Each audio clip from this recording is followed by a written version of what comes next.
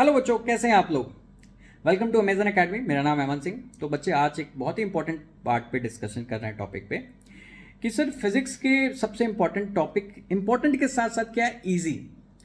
मतलब bare minimum हम 100-120 marks तो ले आए, मतलब इतने इजी हो कि उसके बारे में तो नहीं सोचना हो कि बाकी फिर अपन 120 से ज़्यादा मार्क्स इंप्रूव करने पे ज़्यादा फोकस करें। तो मोस्ट इजी टॉपिक अगर मैं बात करूं जिनको आप सबको सबसे पहले कर लेना चाहिए और वो बहुत स्कोरिंग भी है, फिक्स तरीके के सवाल आते हैं। तो दोस्त में सबसे पहला मैं टॉपिक बोलूंगा पूरा complete modern physics plus semiconductor, दोनों को मिला लें तो करीब करीब 40 मार्क्स का वेटेज है।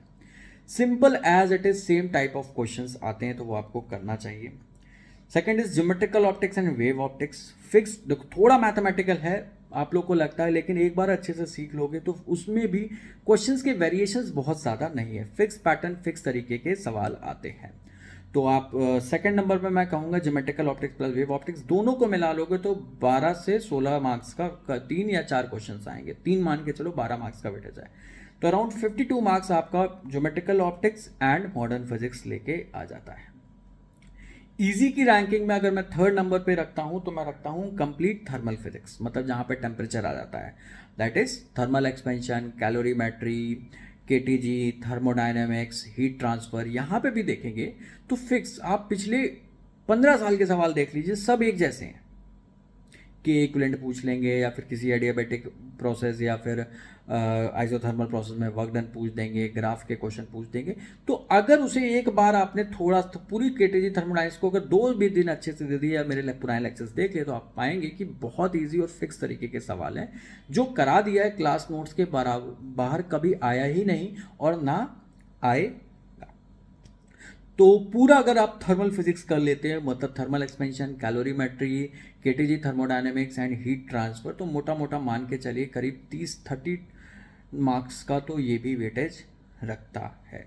तो 80 टू 85 मार्क्स का आपका पार्ट अगर आप thermal physics, modern physics and optics वाला पार्ट अच्छे से कर लेते हैं। अब कुछ छोटे छोटे पार्ट्स जो हैं, टॉपिक्स जो हैं आप लोग को बहुत अच्छे से आते हैं, जिसमें मैं बात करूँगा काइनेमेटिक्स, यूनिट एंड डायमेंशंस, दोनों से एक एक क्वेश्चन बेयर मिनिमम में आना है। तो 8 मार्क्स अगर आप मान लेते हैं तो टोटल आपका 90 मार्क्स का पेपर आप अच्छे से कर सकते हैं। काइनेमेटिक्स और यूनिट डायमेंशन आप लोग कर लेते हैं। न्यूटन्स लॉ पे फिक्स तरीके के वो पुली वाले सवाल, कनेक्टेड मास सिस्टम, टेंशन निकालो, यही सब आते हैं। ये सब भी आप लोग को बहुत ईजी आता है। मैकेनिक्स में आप लोग को दिक्कत शुरू होती है circular motion, work, power, energy और इन सारे टॉपिक्स पे। तो आप न्यूटन्स लॉ पे भी करेंगे तो एक सवाल आपको न्यूटन्स लॉ या फ्रिक्शन दोनों में से एक में मिलकर एक सवाल तो आपको मिल ही जाएगा। तो आप देखें 94 मार्क्स का पेपर, आप किसी भी, जो मैं बात कह रहा हूँ आप मेरी बात को मानने के लिए कोई भी रैंडम ईयर का पेपर खोल लीजिए और जो मैंने टॉपिक बताए आप देखेंगे ±5 और 10 मार्क्स आपको वेटेज ऑफ मार्क्स इतना ही मिलेगा और ये सारे बहुत ईजी टॉपिक्स हैं। अब जैसे मान लीजिए रोटेशन मोशन है, अब ये डिफिकल्ट टॉपिक है, लेकिन अब मोमेंट ऑफ इनर्शिया निकालना सबको आता है। एक क्वेश्चन अगर आएगा तो या तो मोमेंट ऑफ इनर्शिया पे आता है, नहीं तो एंगुलर मोमेंटम कंजर्वेशन वाले। तो ये 2 फिक्स तरीके के सवाल है, इनको भी आप चाहें तो कर सकते हैं। तो 1 मार्क्स आप, एक क्वेश्चन आपका यहाँ से 100% फिक्स है।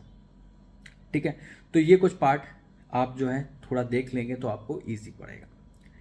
फिर इसके बाद आप देखेंगे तो लाइक आपका ऑसिलेशंस नामक चैप्टर है, ठीक है, जिसमें एसएचएम आता है। तो एसएचएम में भाई time period of spring block system और पेंडुलम, ये तो फिक्स तरीके के सवाल है, 2π√m/k और 2π√l/g।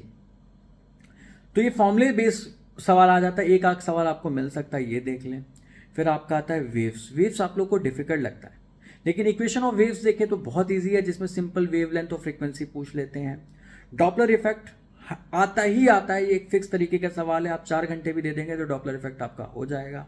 ऑर्गन पाइप आता ही आता है, फिक्स तरीके के सवाल है, कर लीजिए।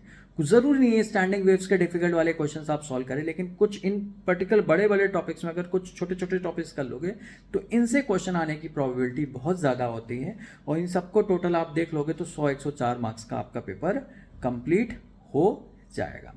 Coming to class 12 topics, electrostatics थोड़ा डिफिकल्ट है आप लोग के लिए, करंट इलेक्ट्रिसिटी भी डिफिकल्ट है, लेकिन करंट इलेक्ट्रिसिटी आप पूरी मान लो सर्किट एनालिसिस नहीं कर पा रहे, लेकिन बहुत बेसिक चीज़ जैसे रेजिस्टेंस का variation R is equal to rho L by खींच के बढ़ोगे तो n स्क्वायर टाइम्स हो जाती है, नॉर्मली बड़ा कर दोगे तो n टाइम्स, तो बेसिक रेजिस्टेंस वाले फॉर्मूलेज।